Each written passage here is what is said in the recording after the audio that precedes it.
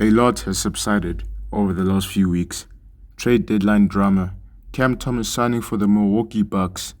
But today, we'll be speaking about a specific team, the Oklahoma City Thunder, and their dire situation. Could it get any worse than this? If you're new to the channel, subscribe and like the video while you're at it. Let's get into it. As we all know, the Oklahoma City Thunder are in quite a tricky predicament. Shai is out and will be re-evaluated after the All-Star break, meaning that it's not even a guarantee that he'll return after the weekend. J-Dub is also out with AJ Mitchell, and the OKC have lost two off the bounce to the Spurs and the Rockets, respectively. And it could get worse, as they then face off against the Lakers and the Suns, respectively.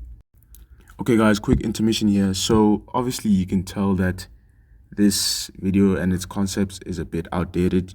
The Oklahoma City Thunder are now 41-13. They have in fact beat the Lakers, and J-Dub is back. He played today. I think he had like 23. So just be wary of that. I couldn't get this video earlier, so now we're in the situation where the OKC are 41-13, and J-Dub is back. So just take this with a pinch of salt. Back to the video. This might be the chance for the Western Conference teams to catch up to the Oklahoma City Thunder, as they sit at a 40-13 record. It's hard to tell if the Thunder can survive this down period, but they've definitely shown some flashes of resilience, as the most they've lost by during these games is 10 to the San Antonio Spurs. This shows how deep this Thunder team is, and it also means that players like Chet Holmgren and Cason Wallace can and need to step up, as well as the new faces like Jared McCain, who, despite the unfortunate injury to Shai Gilgeous-Alexander, could be a silver lining for Jared to prove himself.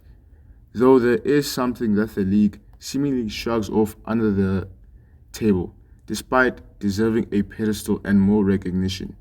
If you've read the title of the video, you know what I'm talking about: the Detroit Pistons. This is no attack on any team, especially the Oklahoma City Thunder. But the only difference between the Detroit Pistons and OKC is that OKC has played more games. That's it.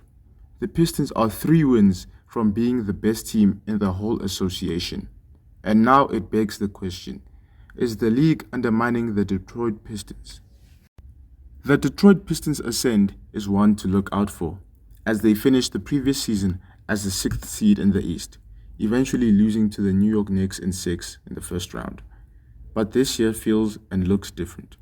One of the most dominant teams in the league, and to think that a few years ago, this exact Detroit team was historically one of the worst teams to ever play in the association. Yes, the Pistons have a lot of pieces and players to thank for this.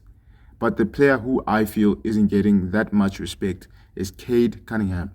Cade Cunningham is taking Jalen Duren and a bunch of really good role players to the top of the East, and somehow he's not even in the conversation for MVP, when we've literally had players like Jokic take Murray and friends to championship.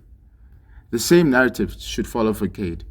Yes, the numbers are extremely different between Cade and Jokic, but we cannot undermine what Cade has been doing. Being an elite scorer while dishing out the ball at a high level is very elite for a player. Whether the league and its fans recognize or don't recognize what is happening in their very own eyes, the Detroit Pistons don't really care. They are just going to continue making noise in the league, and eventually they'll have to be heard and taken seriously.